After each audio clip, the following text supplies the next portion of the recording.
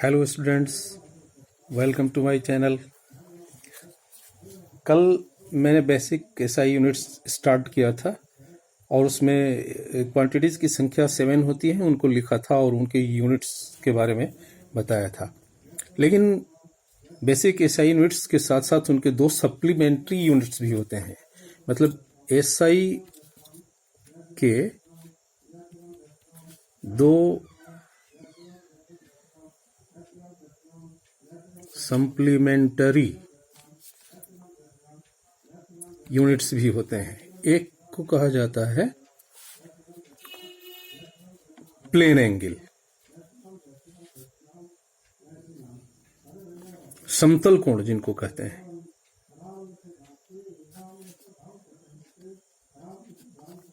इसका यूनिट लिखते हैं रेडियन और इसका सिंबल RAD लिखते हैं। और दूसरा सॉलिड एंगल, इसको ठोस कोण, जिसका यूनिट होता है स्टेरेडियन, इसको SR लिखा जाता है। तो बेसिक SI यूनिट्स के 7 क्वांटिटीज हो गए और 2 सप्लीमेंट्री हो गए। हम आज देखेंगे अब डिराइव्ड SI यूनिट्स के बारे में। Derived SI units, derived SI units को कैसे लिखते हैं? जैसे डिराइव्ड आप जानते हैं कि डिराइव्ड क्वांटिटीज के यूनिट्स को डिराइव्ड यूनिट्स कहा जाता है। तो डिराइव्ड क्वांटिटीज कौन कौन हो गए? जैसे ये 7 को छोड़ करके जितने भी क्वांटिटीज होंगे सबके सब डिराइव्ड क्वांटिटीज होंगे। तो फर्स्ट हम लोग लेकर के चलते हैं। जैसे मान लीजिए एरिया एक हमने लिया, तो एरिया इज इक्वल टू क्या होता है? Length into breadth. तो ब्रेड्थ का मतलब क्या हुआ? ब्रेड्थ एक्चुअली हुआ लेंथ ही। तो अगर इसका यूनिट लिखेंगे लेंथ का, जैसा कि हम पहले से जानते हैं मीटर और फिर मीटर, तो ये मीटर स्क्वायर हो जाएगा। दूसरा, अगर वॉल्यूम होगा तो length into breadth into height या डेप्थ होगा, तो फिर लेंथ इंटू लेंथ होगा, मतलब मीटर क्यूब हो जाएगा। उसी तरह से फिर लेकर के चलते हैं फोर्स का। फोर्स बराबर क्या होता है? अब फोर्स को छोड़िए, पहले वेलोसिटी का जान लीजिए तब ज्यादा अच्छा रहेगा। वेलोसिटी बराबर कितना है? Displacement. Displacement divided by time. एक बार आप फिर जानते हैं कि डिस्प्लेसमेंट को लेंथ के द्वारा एक्सप्रेस किया जाता है। तो लेंथ के लिए यूनिट लिखेंगे मीटर और टाइम का होगा तो सेकेंड। तो इसको लिखते हैं मीटर पर सेकेंड, इस तरह से। थर्ड, अगर एक्सेलरेशन लिया जाए तो एक्सेलरेशन को कैसे डिफाइन करते हैं? Velocity divided by time. तो वेलोसिटी का ऑलरेडी हम लोगों ने निकाल चुका है यहाँ पर m इस पावर -1 और एक टाइम, तो टाइम का सेकेंड हो जाएगा, तो ये ऊपर जाएगा तो -2 हो जाएगा। मीटर पर सेकेंड स्क्वायर ऐसे भी लिख सकते हैं, मीटर पर सेकेंड स्क्वायर ऐसे भी लिख सकते हैं आप। फोर्थ, अगर फोर्स लिया जाए तो फोर्स बराबर क्या होता है? Mass into acceleration. जैसा कि मैंने पहले भी कहा कि किसी भी फिजिकल क्वांटिटी का अगर यूनिट आपको लिखना है या डायमेंशन लिखना है तो उसका या तो फॉर्मूला या डेफिनेशन, दोनों में से कोई एक जानना जरूरी है। तो फोर्स बराबर मास इनटू एक्सेलरेशन होता है। तो मास के लिए हम लोग क्या लिखते हैं यूनिट? एसआई में पहले से, इसके पहले हमने बताया था कि किलोग्राम लिखते हैं। और एक्सेलरेशन के लिए अभी निकाला है मीटर पर सेकेंड स्क्वायर। तो एक यूनिट ये भी हो गया, ये एसआई यूनिट हुआ फोर्स का, kilogram metre per second square. लेकिन इसको न्यूटन भी बोला जाता है। न्यूटन मतलब SI unit of force is Newton. मतलब अगर हम कहना चाहें तो लिखेंगे कि एक न्यूटन फोर्स अगर है ये 1 न्यूटन का फोर्स है, तो ये बराबर होगा 1 kilogram into 1 metre per second square. It means अगर कोई पूछता है कि how will you define a force of 1 Newton, तो कहना होगा 1 न्यूटन का फोर्स वह फोर्स है जो 1 किलोग्राम के बॉडी पर अप्लाई करने पर उसमें मतलब उस बॉडी में 1 मीटर पर सेकेंड स्क्वायर का एक्सेलरेशन प्रोड्यूस कर देता है ना। A force of 1 newton is that force which produces an acceleration of 1 metre per second square if it is applied on a body of 1 kilogram mass, है ना। तो इसका definition अभी मैं लिख देता हूं। वैसे 1 न्यूटन का फोर्स वह फोर्स है जो 1 किलोग्राम मास के बॉडी पर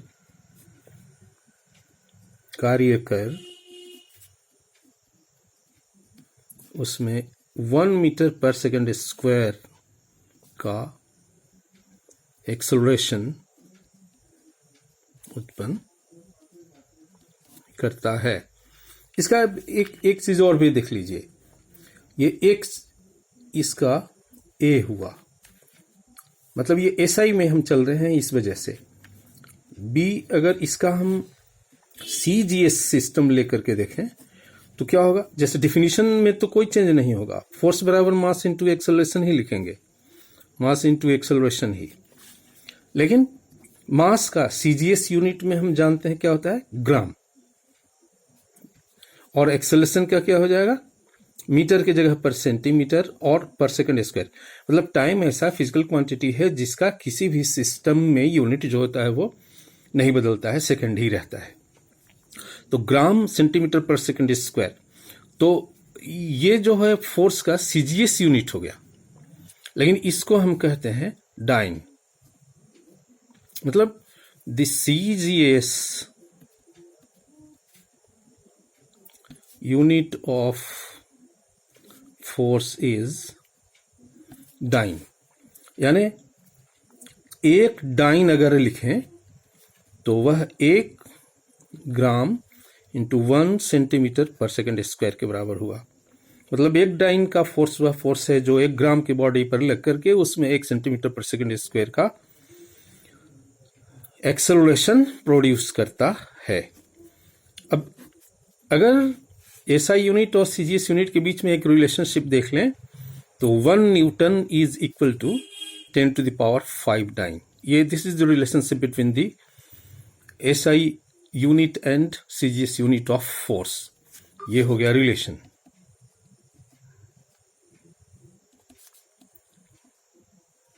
between SI and CGS unit of force. Next example अगर हम लेकर के देखें 5th, तो देखते हैं वर्क। वर्क का डेफिनेशन क्या होता है, force into displacement. Force into displacement is the product of force and displacement is called work. तो अब इसका यूनिट लिखना होगा। फोर्स का हम जानते हैं एसआई, ये एसआई में अगर लिख रहे हैं हम ए, तो फोर्स का लिखते हैं न्यूटन। डिस्प्लेसमेंट का क्या हुआ, चूंकि डिस्प्लेसमेंट को लेंथ के रूप में मेजर करते हैं जिसका यूनिट मीटर होता है, अब जानते हैं बच्चे, तो मीटर, न्यूटन मीटर हो गया।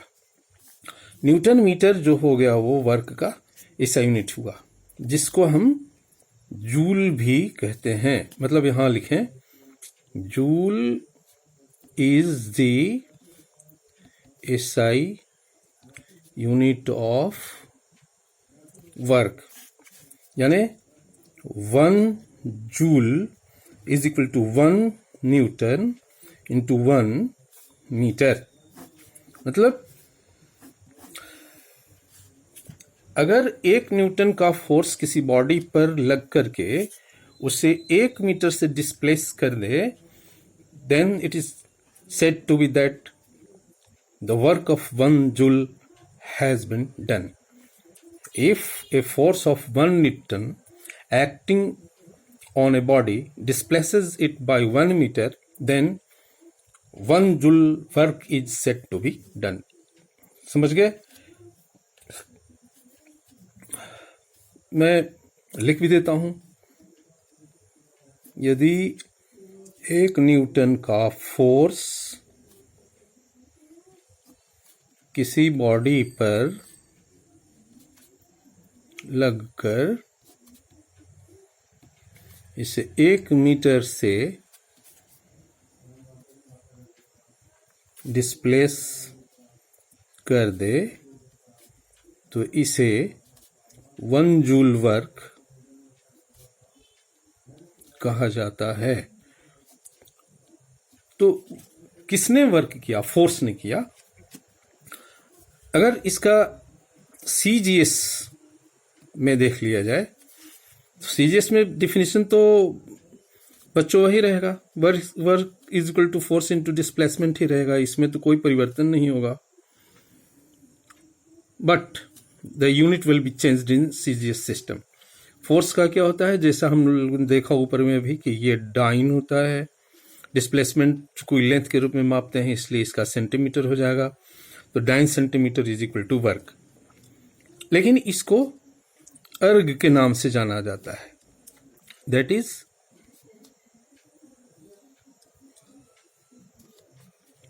अर्ग is the CGS unit of work.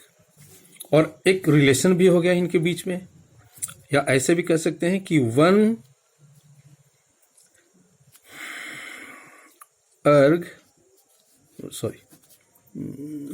joule is equal to 10 to the power 7 erg.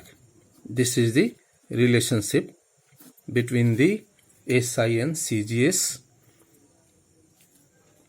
unit of work.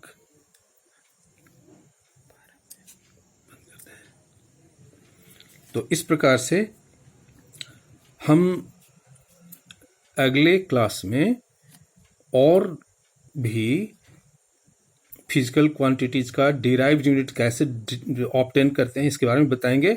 और फिर उसके बाद फिर डायमेंशन किसी भी फिजिकल क्वांटिटी का क्या होता है उसके बारे में बताएंगे.